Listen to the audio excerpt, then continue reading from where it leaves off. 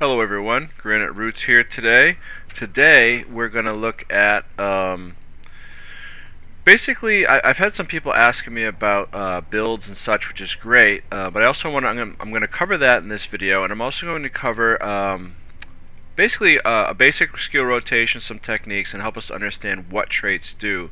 Because knowing what your traits do and some other skills can really be the difference between winning and losing. So I want to help you win fights. So unfortunately, if you're interested in this video, you're going to have to listen to my droning voice versus some of the music I add. But I can almost guarantee you will find this video helpful. Alright, so let's talk about a few things first. Alright, so the first thing we're going to talk about is the gear. Let's look at the gear. I'm running all Marauders. Here, let me show you. Marauder with Superior Rune Scholar, and I also have some infusions for +5 power. That always helps. Not necessary at first. I know these things, and doesn't have to be one of these. Any will do, but these cost cash, but they do help. And also running food. This is my main, so I use the primers to get a longer period of utility and food bonuses. Also using Marauders trinkets here. Relic is fireworks. My weapons are going to be Incinerator, which is your Dagger, because I'm running Dagger pistol, with Sigil of Air, and then Sigil of Celerity. Now I just want to restate that I got this build set up from Guild Gen. I love the way they put stuff together. There are many other sites out there that do a good job with the builds. So I have their generic builds, but I changed a couple things. I remember this one for the sigil on this weapon. They initially recommend either Sigil of Lightning or Fire, whatever the opposite of this one is. So Sigil of Fire. They offered Celerity as an option, and I chose it because after you steal or use skill force some other disable foe, usually it's steal, you get some quickness there, and you can really unload 2 rounds, including 3 of your auto attack, which really does damage. So I kind of like that. Again, as part of what we're talking about, you want to look and see what does this do. Okay, quickness for 5 seconds, cooldown's 20 seconds. Cooldown on steal is 17 seconds. So typically, if you're using it as a steal, wait a few seconds after this comes off of cooldown, and you can set up your burst again and unload them. Usually the burst I use that I'm going to show, if someone's at 50% or less health, typically by the end of the burst, if not maybe 1 or 2 Heartseekers after, they're totally down.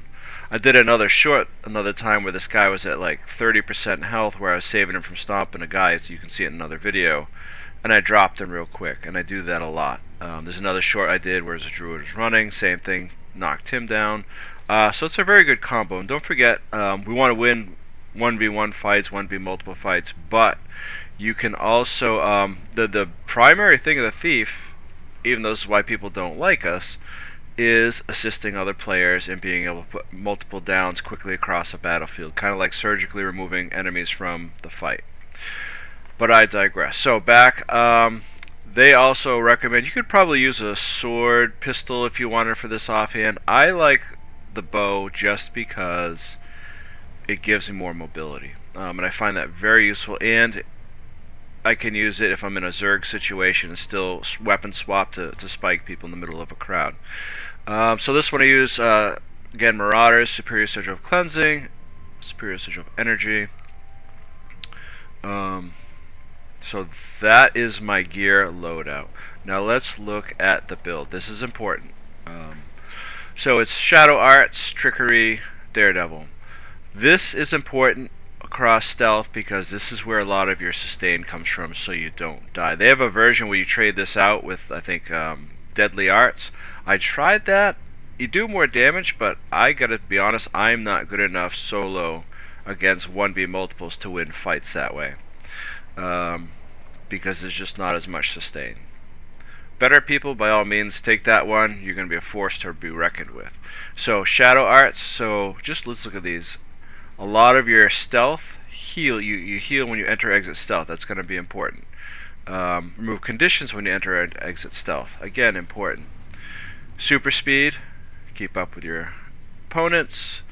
Gaining stealth blinds nearby foe. So blinding a foe doesn't always have to be this one. You could use your special thing that you steal. You could use blinding powder, or you could use shadow shot, right?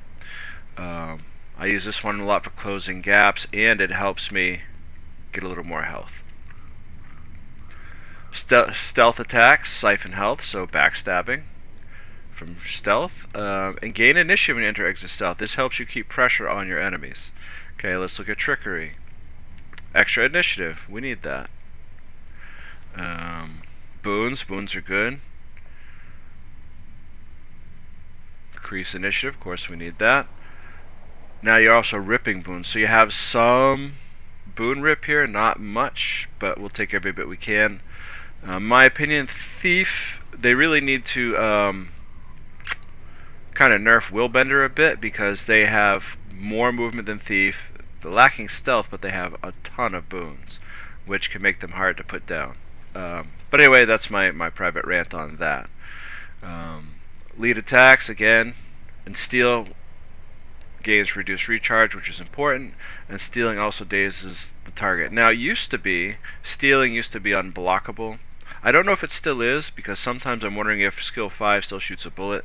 So when you're fighting a guardian, that automatically takes the Aegis off, so you still can hit.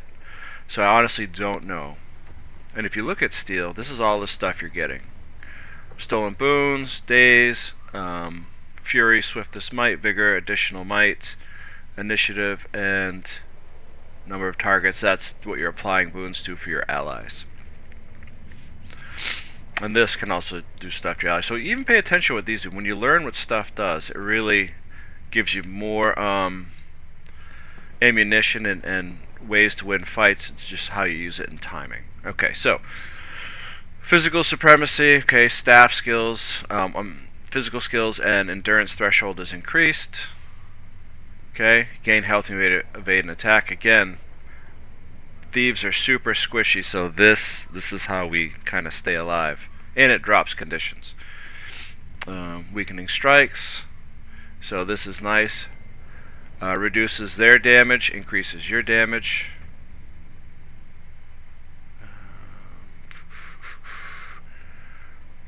Strike damage dealt, when endurance is down because you dodge a lot, that's good, you're doing more damage. Gain endurance when you steal, that helps you keep up. And this one I love, dash. Removes conditions and gains swiftness and rush forward and evade attacks. It keeps you moving fast as well. And removes, cripple, immob, and chilled. Although I'll tell you what, when you're in the middle of a enemy Zerg or enemy Zerg's attacking you, they're throwing 15 billion immobs on you. You're better off just using that for a stun break, and we'll get to that in a second. Okay, so next up, let's talk about what we've got chosen here for skills. So we've got Channel Vigor. The other options they gave were this one. I used this one at first, which is kind of nice. It's got, actually I thought it had a lower recharge time, but it doesn't. And it doesn't even heal for as much. It just removes some condition breaks stun. However, I like having reloading my endurance, which is more helpful with keeping damage down, dropping conditions, and even gaining extra health. And this one's also not bad. Higher cooldown though. So then we move into blinding powder. I didn't realize this, honestly. It's kind of funny until earlier this week that you also get stability with this, and that it's a stun break. I did not know that. I thought it was just a quick stealth for you and your homeboys, but it's not. This one I use a lot. Get in, out of stuff, get behind Zergs, get behind players. Also for stomps, which I'll try and demonstrate that later in the actual fight. But we'll see. The other one that they give you as an option, I think it's their main, is Signet of Agility to increase precision and cleanse conditions. I'm more a fan of mobility. I think that's really where thieves shine, because if they can't track you or keep up with you, or in my opinion, people are trying to run away, and a lot more of these professions have more mobility, so it's harder to pin them down. And I'll be honest, I'm not one that likes when people get away. And likewise, people don't like when I get away. I had this one guy toxic message me because he couldn't pin me down. Okay. So, and then this last one, you could use a lot. So you could use Thieves Guild, although that cooldown, I'm not sure I like it. I like this one because it's a quick evade, and what I really like about it is when you get a Deadeye or a Soul Beast that locks on you, you know what's coming. They're going to spam either 3-round burst or longbow skill 2. It's really nice to just give it back to them. They down themselves. It's an easy fight win. So from whenever I'm playing, as soon as I get that, maybe about a second after I get that Deadeye mark, you hear yourself get pinged. I just throw that up if it's off cooldown, and 9 times out of 10, they're eating their double to triple 3-round burst, because by the time they figure out what went on, they've hit it at least twice. Let's see. Okay, so those are the skills. Now let's show. We're going to talk briefly about the rotation. So your rotation, opener rotation, it can vary, but typically if you're still learning this or having trouble winning fights, what I'll usually do, especially as a gap closer, is you want to go skill 5 into 2, even though you're far away, because you're going to steal, which is going to close the gap. If your steel's on recharge and you need to close it, you can also use this in place of it, and you're still going to shadow step. So you shadow step the foe, and you're going to still hit. But what it's going to look like is basically this. I'm just going to run what this is going to look like. So I see a foe, and there are other ways too. You can also shadow shot or whatever, or just do it without using your steel, and then save your steel for another time. I usually use it right up front, but I've been changing that a little bit lately. But let's see. Let's go with my basic thing that doesn't seem to lose. So 5, 2, steal, backstab. See, I got quickness, so I'll go like 2 or 3 rounds, and then maybe I'll use this to stun him. Stealth, backstab. Watch my initiative come back up. Now, yes, this is a static opponent, but my steel's back off, so do that. So actually, that's something else I'm going to show you in a second when it comes off cooldown, what a spike looks like when they get to about 50% health. So that's it basically. Yes, they move. You're going to see that. I'm going to do a real fight in a little bit that I'll record if I can find one. Being Monday morning, it's not usually busy. And we'll see what this actually looks like in practice versus an ideal phase of, hey, I'm learning the rotation. But 5, 2, and then 1.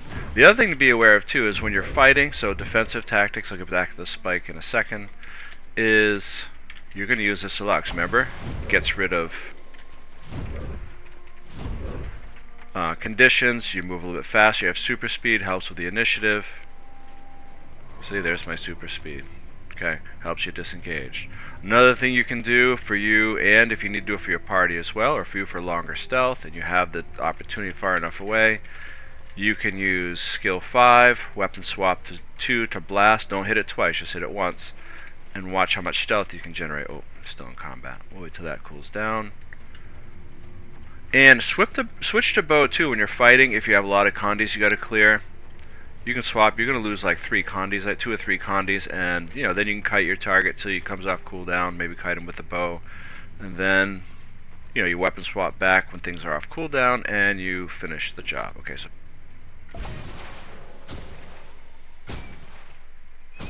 so there, you look at that. You got like 5 to 6 seconds of stealth. You can add to it if you do that, and then if you need more. Oh, I got revealed. And then I could have used this. Okay, so let's talk about spike here. I think I'm full up. So we have a guy that's about 48% health. So let's see what a spike looks like. It's that quick. Let's try a spike at 75%. Okay. So about 70%. So here we go.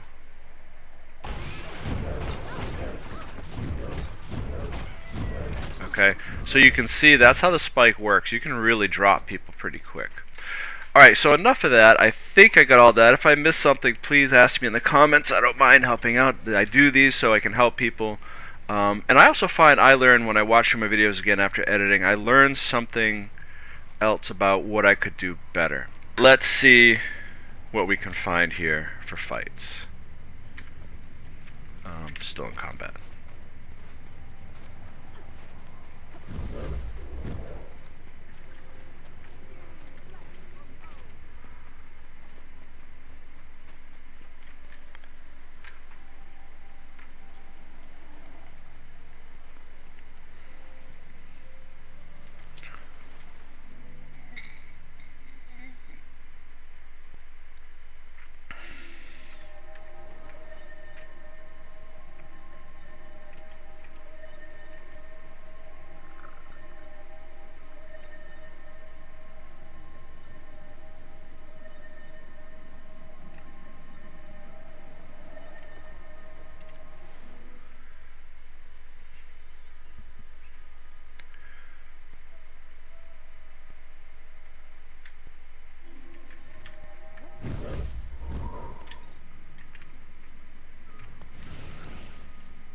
Alright, I'm going to see if I can find one fight that really shows these mechanics all tied together and shows what the process is to win these fights. Okay, so let's see what we find here. So one of the things I do when I'm learning a new rotation as well is I practice on guards. Here I'm going to close the gap, blind, steal, and finish. So that's one thing that you can do to help if you're learning a new build or a rotation's new to you. Practice on the guards. So I've literally been running for a long time. Can't find a 1v1 fight. Let's see if I can do it with multiples. Why not? There's a mesmer in here somewhere. So see how I snuck up, and boom. And here's the port stomp. Done. He's got a mesmer around here, so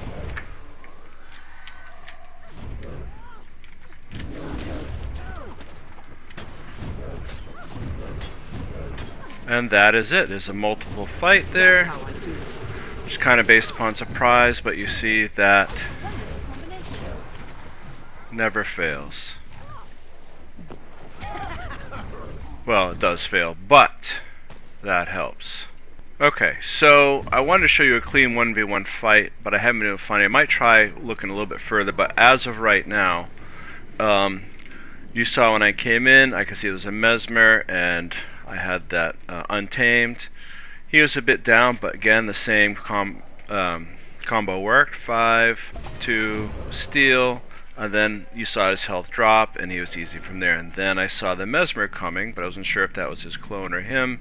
I knew it was there. I did the skill 5, went through a couple times, and then I hit him. I used this to close the gap. I stole from on the way down, and then I just heart seeker. Oh, here comes those two again. All right, well let's see what we get.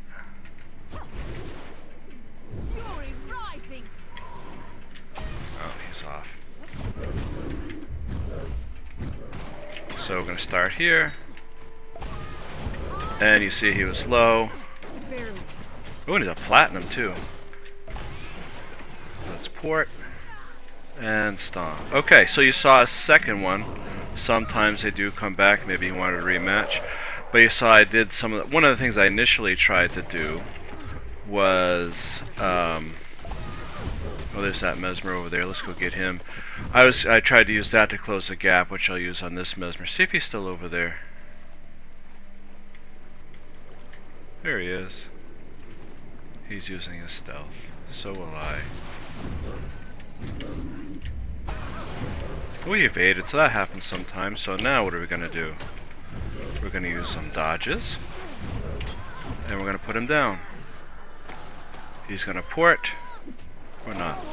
Okay, so that's kind of cool. You had a couple good fights that you could see me using the same techniques. Again, I had to change. One thing I was just going to go to, I was waiting for my initiative come on cooldown, was maybe sometimes that's when I'll also use Dagger Storm as well. You saw him drop that well at my feet. I think it was Chaos Storm. Just don't hang out, you know, move. I dodged out of it, which also helps with the damage and Condi and stuff. Gives you some swiftness, and I finish it off. So basically that's it. That's kind of the fights that you want to do. You know, always resort to it, but sometimes you got to do other stuff to close gaps. But that's your basics. Start there, and then just develop it as it goes. Alright, so you've seen what it looks like when I surprised those two guys, and then you saw me fight them when they were ready. Again, the same concepts. 5, 2, 1. Steel in there. Doesn't always have to be the second time I beat that other guy. I don't think I had used steel because it was on cooldown, but you saw how quickly I put him down. It really does grab health. And it's not like these guys were low ranks, although that's not to say that low ranks aren't any good. I've been beaten by just footmen before. It is what it is. So if you're out there learning, don't be afraid to lose. Don't be afraid to try new things. Mobility is key. Control the fight. Don't be afraid of diamonds. I mean, once I started beating diamonds, you know, I was first a little bit intimidated by it, but the first time I realized I beat a diamond, it's all good. And not to mention, too, some of these people may have higher ranked stuff, but they might not do a lot of roaming. They might be more Zerg oriented, so they're not very good with fights. They get nervous, they fat finger keys, all those things. I hope you found this helpful. And if you have any questions about stuff, please leave them in the comments if you're not sure or other things, or maybe you saw something I could do to improve my technique. I don't have the market corner on running a thief roamer. I can certainly always learn more. Anyway, thanks for watching, and hope you have a wonderful day, and tell all your friends I said hello.